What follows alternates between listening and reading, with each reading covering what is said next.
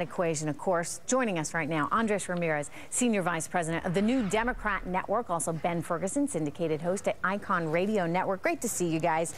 You know, I don't know if you guys got a chance to actually see. I'm assuming that you heard the testimony, but I don't know if you got a chance to see. But all three of us here were commenting when we did see that protester being removed from the hearing room.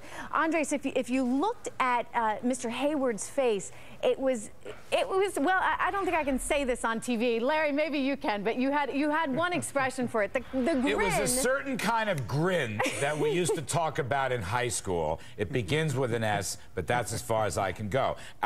We all may be too hard on the guy, Ben, but I don't know. That's what it kind of looked like. And we said to ourselves, gosh, you know, he should have just looked down at his papers at that point. You don't want to appear like this is funny in any way. How many more goof-ups can they have? Yesterday we were talking about what little people down in the Gulf. Now we have this little smirk. I mean, you know, he wants his life back. Why don't he just retire? That'd be fine with everybody here. But back to this hearing for a second.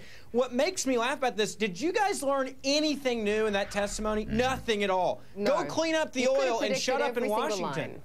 Well, he did, Andre, he did, if I'm pronouncing your name right, I want to be respectful. He did say, he gave us a schedule that the cap is 20,000 barrels now, up to 60 to 80,000 by mid-July, Andre. Is that credible in your judgment?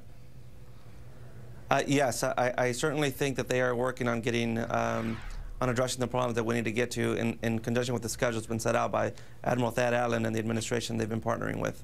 Ben, but getting back to the question of whether or not there's been too much government intervention in this situation, for example, you know, making them suspend the dividend, making them put aside the $20 billion for an escrow fund, etc.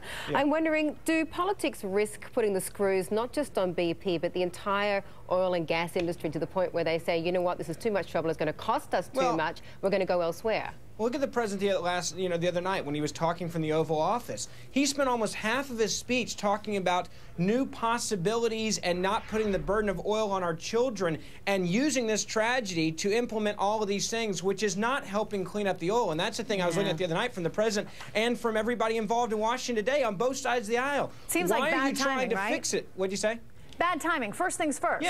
Yeah, absolutely. I mean, all I care about and the only thing I want the president to say, and I want him to succeed on this, is how are you going to clean up the oil and how are you watching BP to make sure that they get the whole fix at some point? But I don't care about hearings in Washington. I don't care about new regulations right now. Ben, it's the spill, stupid. I mean, I think that's the issue. And Andre, let me ask you this. If it's the spill, stupid, don't we need to know what caused the spill? I mean, specific criticisms, very specific criticisms, have been leveled at BP by industry people like Rex Tillerson of ExxonMobil, scientists and engineers. Don't we want to hear Hayward walk through what exactly went wrong? It kind of sounded from his earlier remarks, we don't know, he was saying, and therefore he's not going to discuss that, and therefore no one's going to get their pound of flesh here, which I think is going to make BP look even worse, Andre. Well, Larry, you're absolutely right. We do need to find out what caused this disaster in the Gulf and the deep water drilling.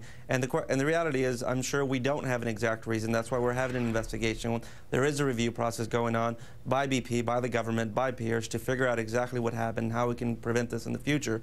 And so I'm sure the entire American public owe it, and we deserve to have an answer. And that's why the administration is focusing on making sure that BP and the government comes down to this as soon as possible. So you agree, Andre, with the amount of government intervention? I'm sorry, what was that? Do you agree so far with the amount of government handling of this? I would say that we're in the situation we are now because over the past decade there wasn't proper government monitoring of what oil drilling, what was happening in our ocean. Andre, so now we're putting in... This is what bothers me the most about guys like you, with all due respect, is you want to blame George Bush for everything, and right now the president, even the other night, tried to blame it on him. The fact of the matter is, we got plenty of time for years to come. Hold on a second. We got plenty of time for years to come, and trust me, people will blame anyone they want to. But this presidency made a huge mistake when they put BP in a corner and no longer could work with them by saying, we're going to investigate you right now. That doesn't help clean up anything. That doesn't help the fishermen. That doesn't help the coast. It didn't accomplish anything positive at this point in time. Guys, great points. Just stay right there. Don't go anywhere. We're just going to go for a quick coffee break. We'll be right back.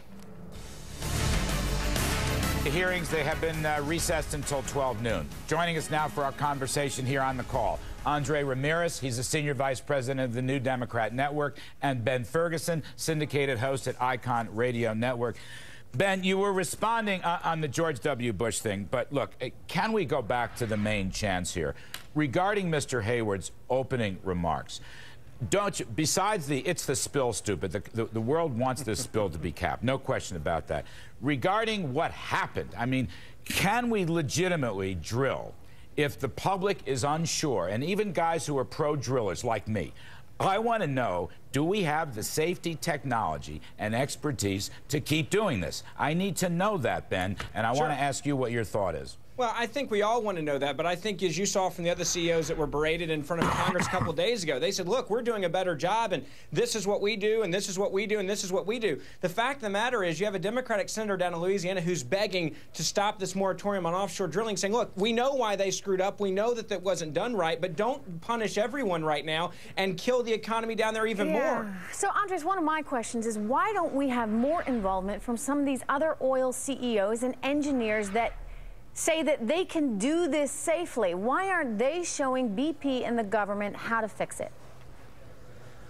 Well, you know, the President and the administration and Admiral Allen have convened with Secretary Chu, the Secretary of Energy, and Secretary Salazar. They've brought together academics, scientists, engineers. They've brought some of the brightest minds with BP to talk about how to fix this problem, investigate what some of the problems have been, and to determine how to move forward and how to solve this process. So I would certainly say the government and BP are both working with their peers and with other experts in this industry to try and resolve the situation. That's certainly the process we've been moving forward. Well, then if they can try, I mean, then why hasn't it been resolved? I mean, I guess that's one of my questions. If, in fact, the safety does exist and these companies say that they wouldn't be vulnerable to a leak like this. And do Nobel physicists necessarily know, do Nobel Prize-winning physicists, Ben, necessarily know anything about cleaning up an oil spill? Why haven't they brought in Rex Till? Why haven't they brought in the other oil companies who have specific ideas how to fix this? Larry, I thought that meeting was to find out whose A to kick, is what the president told me. I didn't know that was about safer drilling. I thought it was to find out whose A to kick. But the main thing is, look at the president the other night. He is using this as an opportunity to get rid of drilling, and he said it for, what, 17 minutes the other night? He made it very clear. I don't like oil. I don't want to offshore drill. I don't want to do this in the future, and that's exactly why right now he's not working with those people, because he's looking at this as a chance to push alternative energy that we can't afford right now in this country. We have to leave it there, but gentlemen, a really great debate. Thank you very much for joining us there. Thanks for having us. Thank you. Okay, we're going to have more news.